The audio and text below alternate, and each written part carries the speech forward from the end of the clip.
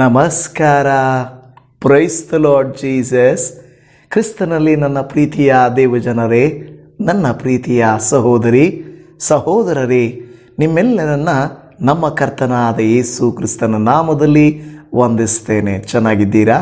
ಕರ್ತನ ಕೃಪೆಯು ನಿಮಗೂ ನನಗೂ ಅನುದಿನವೂ ಹೊಸದಾಗಿ ಒದಗಿ ಬರುತ್ತಿರುವುದಕ್ಕಾಗಿ ನಾವು ದೇವರಿಗೆ ಸ್ತೋತ್ರ ಮಾಡೋಣ. ಕ್ರಿಸ್ತಿಯ ಜೀವಿತದಲ್ಲಿ ಒಂದು ದೊಡ್ಡ ಶತ್ರು ಎಂದು ಹೇಳುವುದೇ ಅಪನಂಬಿಕೆ, ಸಂಶಯ ಎಂಬಂಥ ಕಾರ್ಯ.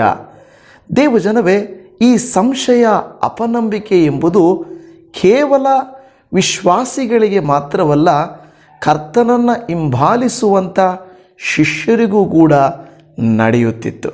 ಹೌದು, ಯೇಸು ಕ್ರಿಸ್ತನ ಶಿಷ್ಯರಲ್ಲಿ ಒಬ್ಬನಾದ ತೋಮನೇ ಸಂಶಯ ಪಡುವುದನ್ನು, ಅನುಮಾನಿಸುವುದನ್ನು ನಾವು ನೋಡುತ್ತಾ ಇದ್ದೇವೆ.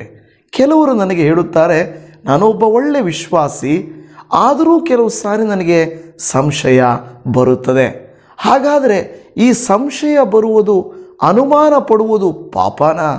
ದೇವರು ನನ್ನನ್ನು ಮತ್ತೆ ಪ್ರೀತಿಸೋದಿಲ್ವಾ? ನನ್ನ ಜೀವಿತದಲ್ಲಿ ದೇವರು ಅದ್ಭುತ ಮಾಡೋದಿಲ್ವಾ ಎಂಬ ಪ್ರಶ್ನೆಗಳು ನಿಮಗೆ ಉಳಿದಿರಬಹುದು. ಇವತ್ತಿನ ದೇವರ ವಾಕ್ಯದಲ್ಲಿ ದೇವರು ತಾನೇ ನಮಗೆ ತಿಳಿಸುವ ನಂಬಿಕೆಯ ಕುರಿತಾದಂಥ ಸಂದೇಶವನ್ನು ನಾವು ಕೇಳಿಸಿಕೊಳ್ಳೋಣ. ನೀವೆಲ್ಲರೂ ಈ ಒಂದು ಸಂದೇಶಕ್ಕಾಗಿ ಕಾಯುತ್ತಾ ಇದ್ದೀರೆಂದು ನಾನು ನಂಬುತ್ತಾ ಇದ್ದೇನೆ. ಹಾಗಾದರೆ ಬನ್ನಿ, ಈ ದಿನದ ಮುಖ್ಯವಾದಂಥ ದೇವರ ವಾಕ್ಯವನ್ನು ಓದಿಕೊಳ್ಳೋಣ. ಯೋಹಾನನು ಬರೆದ ಸುವಾರ್ತೆ 20ನೇ ಅಧ್ಯಾಯ 25ನೇ ವಚನ. ನಾವು ಸ್ವಾಮಿಯನ್ನು ನೋಡಿದ್ದೇವೆ ಎಂದು ಅವನಿಗೆ ಹೇಳಿದರು. ಅದಕ್ಕೆ ಅವನು, ನಾನು ಆತನ ಕೈಗಳಲ್ಲಿ ಮೊಳೆಗಳಿಂದಾದ ಗಾಯವನ್ನು ನೋಡಿ, ಆ ಮೊಳೆಯ ಗಾಯದಲ್ಲಿ ನನ್ನ ಬೆರಳನ್ನು ಇಟ್ಟು ಆತನ ಪಕ್ಕೆಯಲ್ಲಿ ನನ್ನ ಕೈಯನ್ನು ಹಾಕಿದ ಹೊರತು ನಿಮ್ಮ ಮಾತನ್ನು ನಂಬುವುದೇ ಇಲ್ಲ ಅಂದನು. ನೋಡಿದ್ರ ಎಂಥ ಮಾತು! ನಮ್ಮ ದೇಶಕ್ಕೆ ಸುವಾರ್ತೆಯನ್ನು ಹೊತ್ತು ತಂದಂಥ ಥೋಮನೆಂಬ ಶಿಷ್ಯನು ಈ ಮಾತನ್ನು ಹೇಳುತ್ತಿದ್ದಾರೆ. ಯಾಕೆಂದರೆ ಎಲ್ಲರೂ ನಾವು ಯೇಸುವನ್ನು ನೋಡಿದೆವು ಎಂದು ಹೇಳಿದಾಗ ಅವನಿಗೆ ನಂಬಲಿಕ್ಕೆ ಸಾಧ್ಯವಾಗಲಿಲ್ಲ. ಕಾರಣ ಏನೆಂದರೆ, ಎಷ್ಟೋ ವಿಧವಾಗಿ ಆತನು ಕೇಳಿದ್ದು ನೋಡಿದ್ದು ಎಲ್ಲವೂ ಆತನಿಗೆ ಗೊತ್ತು. ಯೇಸು ಸ್ವಾಮಿ ಮರಣಿಸಿಬಿಟ್ಟಿದ್ದಾರೆ, ಇನ್ನು ಆತನು ಜೀವಂತವಾಗಿ ಬರುವುದಿಲ್ಲ ಎಂಬ ಅಪನಂಬಿಕೆಯನ್ನು ಹೊಂದಿದ್ದನು. ನನ್ನ ಪ್ರೀತಿಯ ದೇವಜನವೇ, ಈಗ ಇಲ್ಲೆಂದುಕೊಳ್ಳಬಹುದು, ಹಾಗಾದರೆ ಯೇಸುವಿನ ಮೇಲೆ ಥೋಮನಿಗೆ ನಂಬಿಕೆಯೇ ಇರಲಿಲ್ಲ ಅಂತ ನೀವು ಅಂದುಕೊಳ್ಳಬಹುದು. ಆದರೆ ಥೋಮನು, ಇಲ್ಲಿ ಗಮನಿಸಿರಿ, ಥೋಮನು ಯೇಸುವು ಇಲ್ಲ ಅಂತಲ್ಲ, ಯೇಸುವು ಮರಣಿಸಿ ಬಿಟ್ಟಿದ್ದಾನೆ, ಮತ್ತೆ ಆತನು ಪುನರುತ್ಥಾನವಾಗಿ ಬಂದಿರೋದನ್ನು ನಂಬ್ತಾ ಇರಲ್ಲ. ನಾವು ಕ್ರಿಸ್ತಿಯ ವಿಶ್ವಾಸದಲ್ಲಿ ಅನೇಕ ಕೃತ್ಯಗಳನ್ನು ನಂಬುತ್ತೇವೆ, ಕೆಲವು ಕೃತ್ಯಗಳನ್ನು ಅನುಮಾನಿಸುತ್ತೇವೆ. ಈಗ ನಂಬಿಕೆಯಲ್ಲಿ, ಬೈಬಲಲ್ಲಿ ಎಲ್ಲವೂ ನಮಗೆ ಅನುಮಾನ ಬರಲ್ಲ, ಕೆಲವು ಅನುಮಾನ ಬರುತ್ತದೆ. ಯೇಸು ಕ್ರಿಸ್ತನ ಜೀವಿತದ, ಆತನ ದೈವಿಕತ್ವದ, ಆತನ ಅದ್ಭುತ ಕೃತ್ಯಗಳ ಪ್ರತಿಯೊಂದನ್ನು ನಂಬಿದಂಥ ಥೋಮನು ಆತನ ಪುನರುತ್ಥಾನದಲ್ಲಿ ಸಂಶಯವನ್ನು ಹೊಂದುತ್ತಿದ್ದನು. ಅದೇ ಮುಖ್ಯವಾದಂಥ ವಿಚಾರ. ನಿಮ್ಮಯ ನನ್ನಯ ಜೀವಿತಗಳಲ್ಲಿ ಕೂಡ ಎಲ್ಲ ವಿಷಯಗಳಲ್ಲಿ ನಾವು ಅಪನಂಬಿಕೆ ಹೊಂದುವುದಿಲ್ಲ, ಅನುಮಾನ ತೋರಿಸುವುದಿಲ್ಲ. ಬದಲಾಗಿ ಕೆಲವು ಕಾರ್ಯಗಳಲ್ಲಿ ನಮಗೆ ಅನುಮಾನವು ಹುಟ್ಟುತ್ತದೆ. ಇವತ್ತು ನಾನು ನಿಮ್ಮನ್ನು ಕೇಳುತ್ತೇನೆ, ನಿಮ್ಮಲ್ಲಿ ಯಾವತ್ತಾದರೂ ಅನುಮಾನ ಬಂದಿದೆಯಾ? ಬಂದೇ ಇಲ್ವಾ?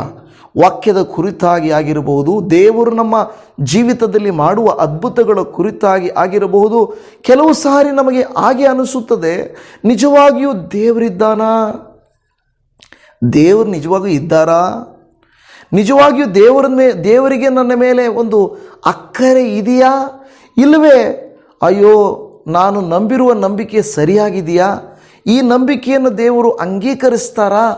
ಇದು ಒಳ್ಳೆಯದಾ ಅನ್ನುವಷ್ಟು ನಾವಿಟ್ಟಿರುವ ನಂಬಿಕೆಯೇ ಸರಿ ಇದೆಯಾ, ಸರಿ ಇಲ್ವಾ ಅನ್ನುವಷ್ಟರ ಮಟ್ಟಿಗೆ ಅಪನಂಬಿಕೆ ಸಂಶಯ ನಮ್ಮನ್ನು ಕಾಡುವಂಥದ್ದು ಆಗಿದೆ. ದೇವಜನವೇ, ಗಮನಿಸಿ ನೋಡಿರಿ, ಈತನು ಹೇಳುತ್ತಿದ್ದಾನೆ, ನೋ, ನಾನು ಸುಮ್ಮನೆ ನಂಬುವುದಿಲ್ಲ, ನಾನು ಕ್ರಿಯೆಯಲ್ಲಿ ನೋಡಬೇಕು. ನಾನು ನಿಮ್ಮ ಮಾತಿನ ಮೇರೆಗೆ ನಾನು ನಂಬುವುದಿಲ್ಲ, ನಾನು ಪರೀಕ್ಷಿಸಿ ನನ್ನ ಕಣ್ಣಾರೆ ಕಂಡು ಆತನ ಗಾಯದಲ್ಲಿ, ಆತನ ಪಕ್ಕೆಯಲ್ಲಿ ನಾನು ಕೈ ಹಾಕದ ಹೊರತು ನಾನು ನಂಬುವುದಿಲ್ಲ. ಇಲ್ಲವೇ ಇನ್ನೊಂದು ಅರ್ಥದಲ್ಲಿ, ನಾನೇ ನನ್ನ ಕಣ್ಣಾರೆ ನೋಡಿದ್ರೇ ನಾನು ನಂಬ್ತೇನೆ, ನಿಮ್ಮ ಮಾತಿನ ಮೇರೆಗೆ ನಂಬುವುದಿಲ್ಲ. ಹಲ್ಲೆಲೂಯ. ನನ್ನ ಪ್ರಿಯ ದೇವಜನರೇ, ಗಮನಿಸಿರಿ, ಇದೇ ರೀತಿಯಾದಂಥ ಒಂದು ಸಂಘಟನೆ ನಮಗೆ ಸಮಾರ್ಯ ಸ್ತ್ರೀ ವಿಷಯದಲ್ಲಿ ಬರುತ್ತದೆ, ಹೌದಲ್ವಾ? ಸಮಾರ್ಯ ಸ್ತ್ರೀ ಊರೊಳಕ್ಕೆ ಓಡಿ ಹೋಗಿ ಎಲ್ಲರಿಗೂ ಹೇಳುತ್ತಾರೆ, ನಿಮಗೆ ಗೊತ್ತಾ, ನಾನೊಬ್ಬ ಪ್ರವಾದಿಯನ್ನು ನೋಡಿದ್ದೇನೆ, ಮೆಸ್ಸಿಯನನ್ನು ನೋಡಿದ್ದೇನೆ, ಆತನು ನನ್ನ ಹಳೆಯ ಜೀವಿತವನ್ನೆಲ್ಲವನ್ನೂ, ನನ್ನ ಭವಿಷ್ಯದ ಜೀವಿತವನ್ನೆಲ್ಲವನ್ನೂ ಆತನು ಹೇಳುತ್ತಿದ್ದಾನೆ. ಆತನು ಪ್ರವಾದಿಯೋ ಏನೋ, ಮೆಸ್ಸಿಯನೋ ಏನೋ, ನೀವು ಬಂದು ನೋಡಿರಿ ಎಂದು ಹೇಳಿ ಊರನ್ನೆಲ್ಲ ಕರ್ಕೊಂಡು ಬಂದಳು. ಎಲ್ಲರೂ ಯೇಸುವನ್ನು ನೋಡಿ ಒಂದೆರಡು ದಿನ ಆತನನ್ನು ಅಲ್ಲೇ ಇಟ್ಟುಕೊಂಡು ಆತನ ಬೋಧನೆಗಳನ್ನು ಆಲಿಸಿದ ಮೇರೆಗೆ ಸಮಾರ್ಯ ಸ್ತ್ರೀ ಹತ್ರ ಹೇಳುತ್ತಾರೆ, ಓ ಸ್ತ್ರೀ, ನೀನು ಹೇಳಿದ ಮಾತಿನ ಮೇರೆಗೆ ನಾವು ನಂಬುತ್ತಿಲ್ಲ, ನಾವು ಕಣ್ಣಾರೆ ನೋಡಿದೆವು, ಅನುಭವಿಸಿದೆವು, ಈಗ ದೃಢವಾಗಿ ಹೇಳುತ್ತೇವೆ, ಈತನೇ ಮೆಸ್ಸಿಯನು. ಹಲ್ಲೆಲೂಯ. ಪ್ರಿಯ ದೇವಜನವೇ, ನಮಗೆ ಯಾರೂ ಹೇಳಿದ ಮಾತು ಮಾತ್ರವಲ್ಲ, ನಾವು ಅನುಭವಿಸಬೇಕು. ನಮ್ಮ ತಂದೆ ತಾಯಿ ನಂಬಿದ್ದಾರೆ, ನಮ್ಮ ಕುಟುಂಬಸ್ಥರು ಅನುಸರಿಸುತ್ತಾರೆ, ಆದುದರಿಂದ ನಾನು ಕ್ರೈಸ್ತಳಾಗಿ ನಾನು ಕ್ರೈಸ್ತನಾಗಿದ್ದೇನೆ ಎಂಬುದಲ್ಲ. ಇಲ್ಲಿ ಅರ್ಥ ಮಾಡಿಕೊಳ್ಳಿ, ಸಂಶಯ ಬೇರೆ, ನಮ್ಮ ಕಾರ್ಯರೂಪಕ್ಕೆ ತಂದು ನಮ್ಮ ನಂಬಿಕೆಯನ್ನು ನಾವು ದೃಢಪಡಿಸಿಕೊಳ್ಳುವುದು ಬೇರೆಯ ಕಾರ್ಯ ಆಗಿದೆ. ಇಲ್ಲಿ ಯೋಹಾನನು ಕೇಳ್ತಾ ಇರುವಂಥದ್ದು, ನಾನು ನೋಡದ ಹೊರತು ನಂಬೋದಿಲ್ಲ, ಅಷ್ಟೇ. ಆ ರೀತಿಯಾಗಿರುವಂಥದ್ದು. ಈಗ ಗಮನಿಸಿರಿ, ಈ ರೀತಿಯಾಗಿ ಸಂಶಯ ಇರುವಾಗ ಕಳೆದ ದಿನಗಳಲ್ಲಿ ನೆನ್ನೆ ದಿನದಲ್ಲಿ ಪೇತ್ರನ ವಿಷಯವಾಗಿ ಕೇಳಿದ ಹಾಗೆ ಈಗ ಸ್ವಾಮಿ ಅಂದುಕೊಳ್ಬಹುದಾಗಿತ್ತು, ಇಷ್ಟು ಜನ ನಂಬಿದ್ದಾರೆ, ಅವನೊಬ್ಬನು ನಂಬದೇ ಹೋದರೆ ಏನು ಪರವಾಗಿಲ್ಲ ಬಿಡು, ನಂಬದೇ ಇದ್ರೆ ಅಂತ ಅನ್ನಲಿಲ್ಲ. ಬದಲಾಗಿ ಆ ವ್ಯಕ್ತಿಯನ್ನು ಕೂಡ ಯೇಸು ಸ್ವಾಮಿ ಖುದ್ದಾಗಿ, ಅಂದರೆ ಆತನನ್ನು ಪ್ರೀತಿಸಿ ಆತನ ಸಂಶಯವನ್ನು ಅರ್ಥ ಮಾಡಿಕೊಂಡು ತೋಮನಿರುವ ಸಂದರ್ಭದಲ್ಲಿ ಖಂಡಿತವಾಗಿ ಮತ್ತೆ ಯೇಸು ಸ್ವಾಮಿ ಕಾಣಿಸಿಕೊಳ್ಳುವುದನ್ನು ನಾವು ನೋಡುತ್ತಾ ಇದ್ದೀವಿ. ಅದರ ಅರ್ಥ ಏನಂದರೆ, ನೀವು ಗಮನಿಸಿರಿ, ನಮ್ಮಲ್ಲಿ ಸಂಶಯಗಳು ಬಂದಾಗ ದೇವರು ನಮ್ಮನ್ನು ದೂರ ಮಾಡುವುದಿಲ್ಲ, ನಮ್ಮನ್ನು ಆತನು ತೆಗಳುವುದಿಲ್ಲ, ತಪ್ಪು ಕಂಡುಹಿಡಿಯುವುದಿಲ್ಲ. ಬದಲಾಗಿ ನಮ್ಮ ಅಪನಂಬಿಕೆಗೆ, ನಮ್ಮ ಸಂಶಯಕ್ಕೆ ತಕ್ಕಂತೆ ವಾಕ್ಯಗಳ ಮೂಲಕ, ಆತ್ಮನ ಮೂಲಕ, ಪರಿಸ್ಥಿತಿಗಳ ಮೂಲಕ, ನಿಸರ್ಗದ ಮೂಲಕ ನಮ್ಮೊಟ್ಟಿಗೆ ಆತನು ಮಾತನಾಡಲಿಕ್ಕೆ ಪ್ರಯತ್ನಿಸುತ್ತಾನೆ. ವಾಕ್ಯದಲ್ಲಿ ನೋಡ್ರಿ, ಯೋಹಾನನು ಬರೆದ ಸುವಾರ್ತೆಯಲ್ಲಿ 20ನೇ ಅಧ್ಯಾಯ 26 ಮತ್ತು 27ನೇ ವಾಕ್ಯದಲ್ಲಿ, 8 ದಿವಸಗಳಾದ ಮೇಲೆ ಆತನ ಶಿಷ್ಯರು ತಿರುಗಿ ಒಳಗಿದ್ದಾಗ ತೋಮನೂ ಅವರ ಸಂಗಡ ಇದ್ದನು. ಬಾಗಿಲುಗಳು ಮುಚ್ಚಿದ್ದವು. ಆಗ ಯೇಸು ಬಂದು ನಡುವೆ ನಿಂತು, ನಿಮಗೆ ಸಮಾಧಾನವಾಗಲಿ ಅಂದನು. ಆಮೇಲೆ ತೋಮನಿಗೆ, ನಿನ್ನ ಬೆರಳನ್ನು ಈ ಕಡೆ ಚಾಚಿ ನನ್ನ ಕೈಗಳನ್ನು ಮುಟ್ಟಿ ನೋಡು, ನಿನ್ನ ಕೈ ಚಾಚಿ ನನ್ನ ಪಕ್ಕೆಯಲ್ಲಿ ಹಾಕು, ನಂಬದವರಾಗಿರಬೇಡ, ನಂಬುವವನಾಗು ಎಂದು ಹೇಳಿದನು. ಹಲ್ಲೆಲೂಯ. ದೇವರಿವತ್ತು ಇದೇ ಮಾತನ್ನು ನಿಮಗೂ ನನಗೂ ಹೇಳುತ್ತಿದ್ದಾರೆ. ನಿನ್ನ ಪರಿಸ್ಥಿತಿ ಏನೇ ಆಗಿರಬಹುದು, ನಿನ್ನ ಕುಟುಂಬದ ಸ್ಥಿತಿ ಏನೇ ಆಗಿರಬಹುದು, ನಿನಗೆ ಸಂಶಯಗಳು ಬಂದಿರಬಹುದು, ದೇವರು ಹೇಳ್ತಾರೆ, ನಂಬದವನಾಗಿರಬೇಡ, ನಂಬುವವನಾಗು ಎಂಬುದಾಗಿ. ದೇವಜನ, ಇಲ್ಲಿ ಕೆಲವು ಘಟನೆಗಳನ್ನು ನೀವು ಗಮನಿಸಿರಿ. ಒಂದು 8 ದಿವಸಗಳಾದ ಮೇಲೆ ಆತನ ಶಿಷ್ಯರು ತಿರುಗಿ ಒಳಗಿದ್ದಾಗ, ಶಿಷ್ಯರಿದ್ದಾರೆ, ಆದರೆ ತೋಮನು ಅವರ ಸಂಗಡ ಇದ್ದನು. ಪ್ರತ್ಯೇಕವಾಗಿ ತೋಮನ ಕುರಿತಾಗಿ ಬರೆಯಲ್ಪಡ್ತಾ ಇದೆ. ಆಗ ಯೇಸು ನಡುವೆ ನಿಂತುಕೊಂಡು ತೋಮನಿಗೆ ಹೇಳುತ್ತಾ ಇದ್ದಾರೆ, ನಿನ್ನ ಬೆರಳನ್ನು ಈ ಕಡೆ ಚಾಚಿ ನನ್ನ ಕೈಗಳನ್ನು ಮುಟ್ಟಿ ನೋಡು. ಈಗ ನಾನೊಂದು ಪ್ರಶ್ನೆ ಕೇಳುತ್ತೇನೆ, ಈ ತೋಮನು ತೋರಿಸಿದ ಅಪನಂಬಿಕೆ, ಸಂಶಯ ಯಾರು ಹೇಳಿದ್ರು ಯೇಸು ಸ್ವಾಮಿ ಹತ್ರ? ಯೇಸು ಸ್ವಾಮಿ, ನಿಮ್ಮ ಹತ್ರ ಈ ರೀತಿ ನಿಮ್ಮ ಕುರಿತು ತೋಮನು ಅನುಮಾನ ಪಡ್ತಾ ಇದ್ದಾನೆ, ಸ್ವಲ್ಪ ಬನ್ನಿ, ನೀವು ಸ್ವಲ್ಪ ತೋರಿಸಿಕೊಳ್ಳಿ, ಸ್ವಲ್ಪ ಉತ್ತರಿಸಿ ಅಂತ ಯಾರು ಹೇಳಿದರು? ಯಾರೂ ಹೇಳಲಿಲ್ಲ. ಹಾಗಾದರೆ ಹೇಗೆ ಗೊತ್ತಾಯಿತು ಯೇಸು ಸ್ವಾಮಿಗೆ? ಆತನು ಕರ್ತನು, ಸಮಸ್ತವನ್ನು ತಿಳಿದಾತನು. ಇವತ್ತು ನೀವು ಯಾವ ಊರಲ್ಲಿದ್ದೀರಾ, ನೀವು ಯಾವ ಪರಿಸ್ಥಿತಿಯಲ್ಲಿದ್ದೀರಾ, ನಿಮ್ಮ ವೇದನೆ ಏನು, ನಿಮ್ಮ ರೋಗ ಏನು, ನಿಮ್ಮ ಕಷ್ಟ ಏನು, ನಿಮ್ಮ ನಷ್ಟ ಏನು, ನಿಮ್ಮ ಬಾಧೆ ಏನು, ನಿಮ್ಮ ದಿಗುಡ ಏನು, ಭಯವೇನು, ಎಲ್ಲವನ್ನೂ ಅರಿತಿರುವ ದೇವರು. ಆತನಿಗೆ ನಿಮ್ಮ ಕುರಿತು ಗೊತ್ತಿದೆ.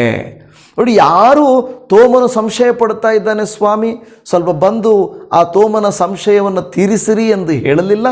ಬದಲಾಗಿ 8 ದಿವಸಗಳಾದ ಮೇಲೆ ಎಲ್ಲರೂ ಇದ್ದರೂ ತೋಮನು ಇರುವ ದಿನವನ್ನು ನೋಡಿಕೊಂಡು ತೋಮನಿಗೋಸ್ಕರ ಬಂದು, ತೋಮ ನೀನು ನಿನ್ನ ಏನು ಆಸೆ ಪಡ್ತಾ ಇದೆಯಲ್ಲಪ್ಪ, ಏನು ನಿನ್ನ ಬೆರಳುಗಳನ್ನು ಹಾಕಿ ನೋಡಬೇಕಂದ್ಕೊಳ್ತಾ ಇದೆಯಲ್ವಾ, ಆ ಕಾರ್ಯವನ್ನು ಮಾಡು, ನಂಬದವನಾಗಿರಬೇಡ, ನಂಬುವವನಾಗಿರು ಎಂದು ಹೇಳ್ತಾ. ಇವತ್ತು ಸಹೋದರಿ, ನಿಮ್ಮನ್ನು ದೇವರು ಇದೇ ರೀತಿಯಾಗಿ ಕೇಳುವಂಥವನಾಗಿದ್ದಾನೆ.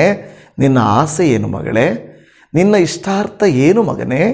ನೀನು ನಂಬದವನಾಗಿರಬೇಡ. ಅಯ್ಯೋ ಇದು ನೆರವೇರುತ್ತಾ, ಇದು ನಡೆಯುತ್ತಾ, ಇದು ಆಗುತ್ತಾ ಅನ್ನುವಂಥ ರೀತಿಯಲ್ಲಿ ನೀವು ನಾನು ಇರಬಾರದು ದೇವಜನವೇ.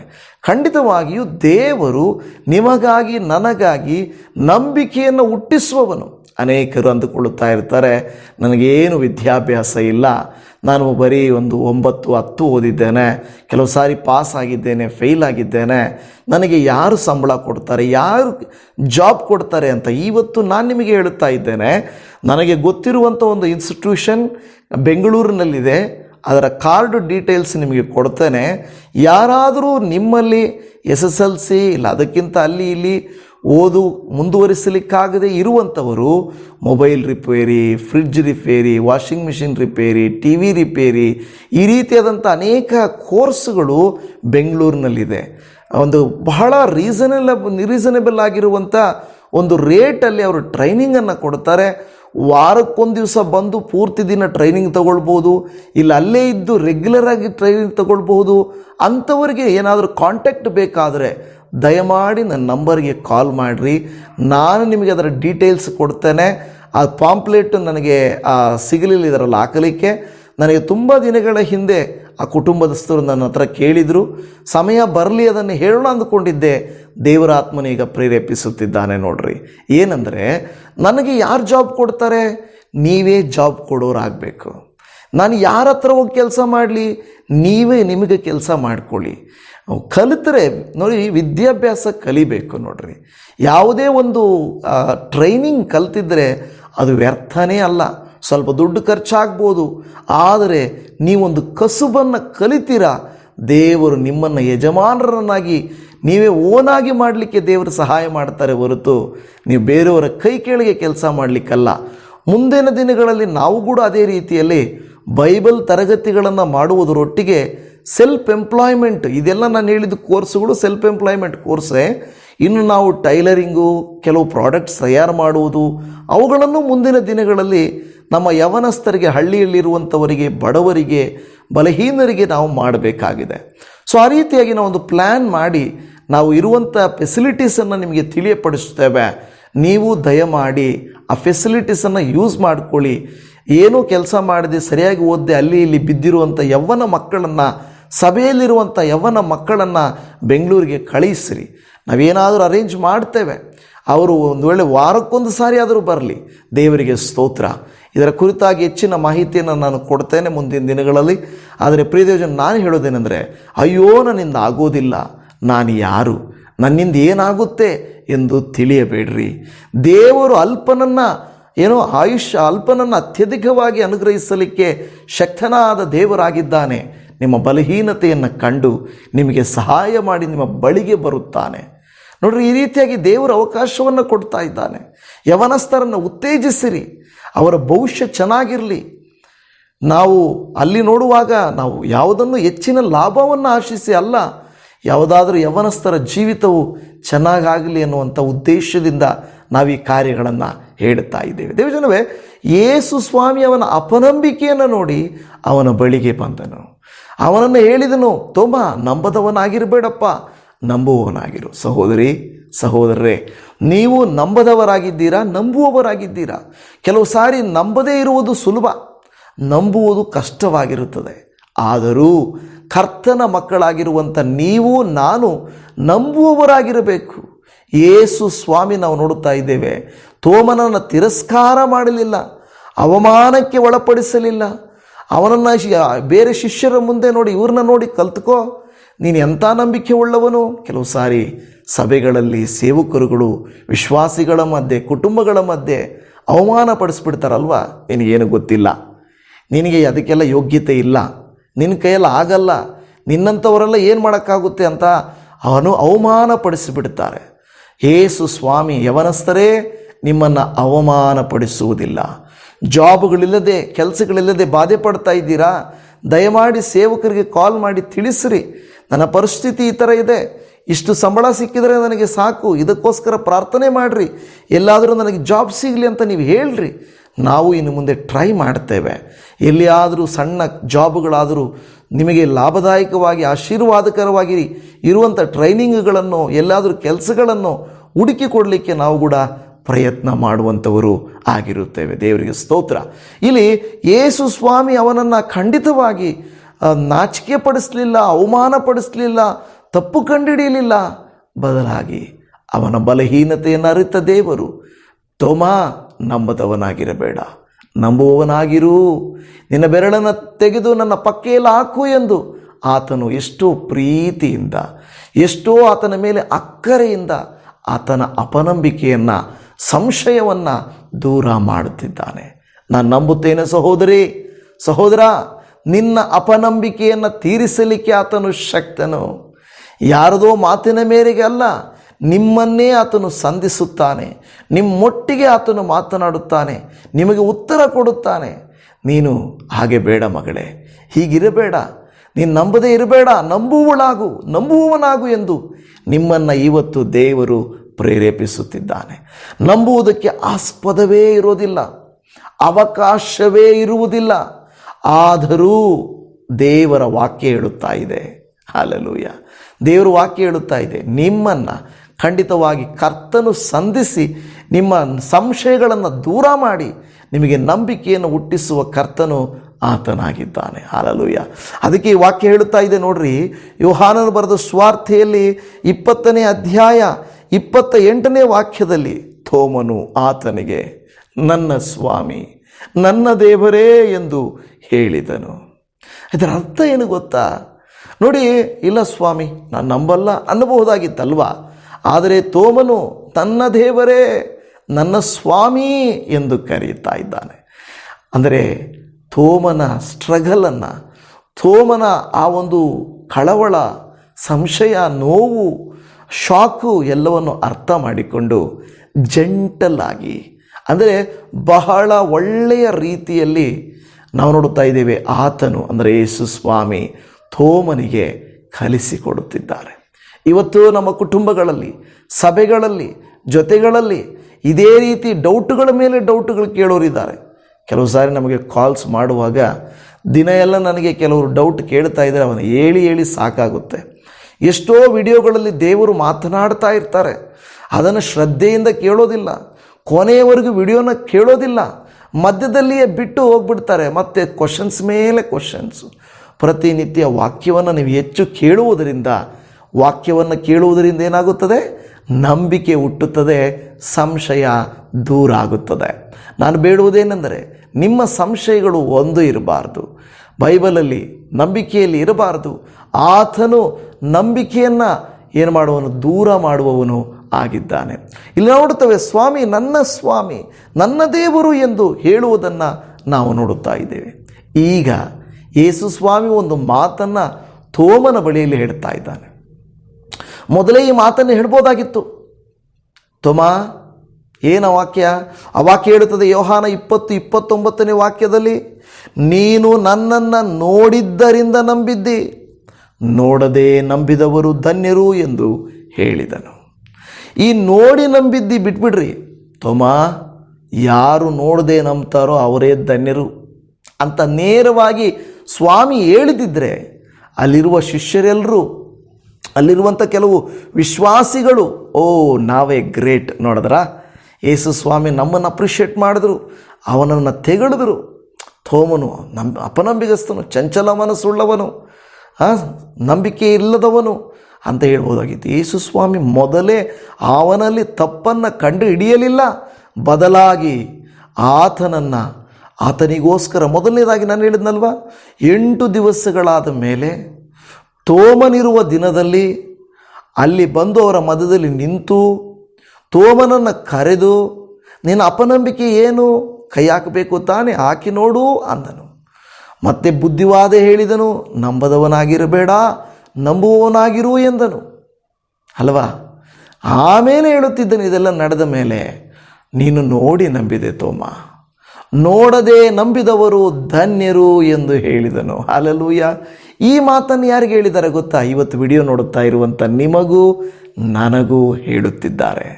ಯಾಕೆಂದರೆ ನಾವು ಯಾವುದೋ ಒಂದು ವಿಗ್ರಹವನ್ನು ನೋಡಿ ನಂಬಲಿಲ್ಲ, ಯಾವುದೋ ಒಂದು ಚಿತ್ರವನ್ನು ನೋಡಿ ನಂಬಲಿಲ್ಲ, ಯಾವುದೋ ಒಂದು ಪುರಾವೆಗಳನ್ನು ನೋಡಿ ಆತನ ಮೂರ್ತಿಗಳನ್ನು ನೋಡಿ ನಾವು ನಂಬಲಿಲ್ಲ. ಬದಲಾಗಿ ದೇವರು ಆತ್ಮಸ್ವರೂಪನೆಂದು ತಿಳಿದು ಆತನನ್ನು ಆರಾಧಿಸುವಂಥ ನಾವು ಆತ್ಮೀಯ ರೀತಿಯಲ್ಲಿ ಸತ್ಯಕ್ಕೆ ತಕ್ಕ ಹಾಗೆ ಆರಾಧಿಸಬೇಕೆಂದು ತಿಳಿದು ಆತನನ್ನು ಆರಾಧಿಸುತ್ತಿದ್ದೇವೆ ಅಲ್ವಾ. ವಾಕ್ಯವನ್ನು ಆಲಿಸುತ್ತಿರುವ ದೇವಜನರೇ, ನೀವು ನಾನು ಒಂದು ವಿಗ್ರಹ ನೋಡಿ, ಫೋಟೋ ನೋಡಿ, ಒಂದು ಮೂರ್ತಿ ನೋಡಿ, ಒಂದು ಚಿತ್ರ ನೋಡಿ ಅಲ್ಲ ನಂಬಬೇಕಾಗಿರುವಂಥದ್ದು. ನಾವು ನಂಬಬೇಕಾಗಿರುವುದು ಆತ್ಮಸ್ವರೂಪನಾದ ದೇವಾದಿದೇವನನ್ನು. ಆತನು ಖಂಡಿತವಾಗಿ ನಮಗೆ ಒಳ್ಳೆಯವನಾಗಿರುತ್ತಾನೆ. ಆತನು ನಮ್ಮ ಅಪನಂಬಿಕೆಯನ್ನು ನೋಡುತ್ತಾನೆ, ನಮ್ಮ ಕಷ್ಟವನ್ನು ನೋಡುತ್ತಾನೆ, ನಮ್ಮ ಬಳಿಗೆ ಬರುತ್ತಾನೆ, ನಮ್ಮನ್ನು ಹೆಸರಿಡಿದು ಕರೆಯುತ್ತಾನೆ. ಯೇಸು ಸ್ವಾಮಿ ತೋಮಾ ಅಂತಾರೆ. ವಾಕ್ಯದಲ್ಲಿ ಹೇಳುತ್ತಾ ಇರುವಂಥ ಮಾತನ್ನು ನೋಡ್ರಿ, ಎಲ್ಲ ಒಂದು ಬಾಗಿಲು ಎಲ್ಲ ಮುಚ್ಚಲ್ಪಟ್ಟಾಗ ಅವರ ಮಧ್ಯದಲ್ಲಿ ಬಂದು ನಿಂತು ತೋಮನಿಗೆ ಹೇಳ್ತಾ ಇದ್ದಾನೆ, ತೋಮ ನಿನ್ನ ಬೆರಳನ್ನು ಇಲ್ಲಿ ಹಾಕಪ್ಪ. ತೋಮನ ಹೇಳ್ತಾನೆ, ನನ್ನ ಸ್ವಾಮಿ, ನನ್ನ ದೇವರೇ ಅಂತಾನೆ. ಆವಾಗ ಯೇಸು ಹೇಳ್ತಾನೆ, ನೀನು ನೋಡಿ ನಂಬಿದೆ ತೋಮ, ಆದರೆ ನೋಡದೆ ನಂಬಿದವರು ಧನ್ಯರು ಎಂದು ಹೇಳಿದನು. ಹಲ್ಲೆಲೂಯ. ನಾವು ಆತನನ್ನು ಶಾರೀರಿಕವಾಗಿ ನೋಡಲಿಲ್ಲ, ಆದರೆ ನಾವು ಆತನನ್ನು ನಂಬುತ್ತೇವೆ. ಹೇಗೆ? ಆತನ ವಾಕ್ಯಗಳ ಮೂಲಕವಾಗಿಯೂ, ಆತನ ಆತ್ಮನು ನಮಗೆ ಬಯಲುಪಡಿಸುವುದರ ಮೂಲಕವಾಗಿಯೂ, ಮತ್ತು ನಮ್ಮ ಜೀವಿತಗಳಲ್ಲಿ ದೇವರು ಮಾಡುವ ಕೃತ್ಯಗಳ ಮೂಲಕವಾಗಿಯೂ ನಾವು ಆತನನ್ನು ನಂಬುತ್ತಾ ಇದ್ದೇವೆ. ಹಲ್ಲೆಲೂಯ. ಕರ್ತನ ನಾಮಕ್ಕೆ ಸ್ತೋತ್ರ. ಮೊದಲ ಪೇತ್ರನ ಪತ್ರಿಕೆ 1ನೇ ಅಧ್ಯಾಯದ 8ನೇ ವಾಕ್ಯದಲ್ಲಿ, ನೀವು ಆತನನ್ನು ಕಣ್ಣಾರೆ ನೋಡಲಿಲ್ಲವಾದರೂ ಆತನನ್ನು ಪ್ರೀತಿಸುತ್ತೀರಿ.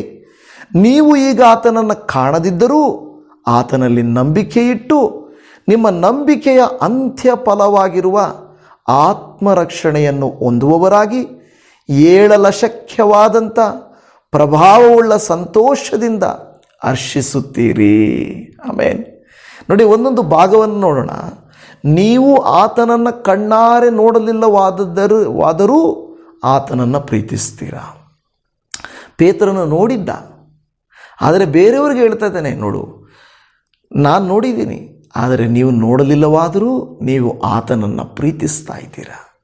ಇವತ್ತು ವಿಡಿಯೋ ನೋಡುತ್ತಿರುವ ನನ್ನ ಸಹೋದರಿ ಸಹೋದರರೇ, ಯೇಸುವನ್ನು ಪ್ರೀತಿಸ್ತೀರಾ? ಐ ಲವ್ ಯು ಅಪ್ಪ.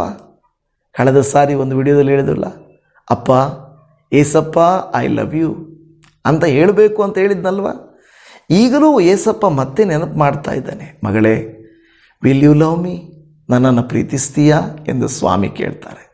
ನೀವು ನಾನು ಐ ಲವ್ ಯು ಅಪ್ಪ, ಏಸಪ್ಪ ಐ ಲವ್ ಯು ಅಂತ ನಾವು ಹೇಳಬೇಕು.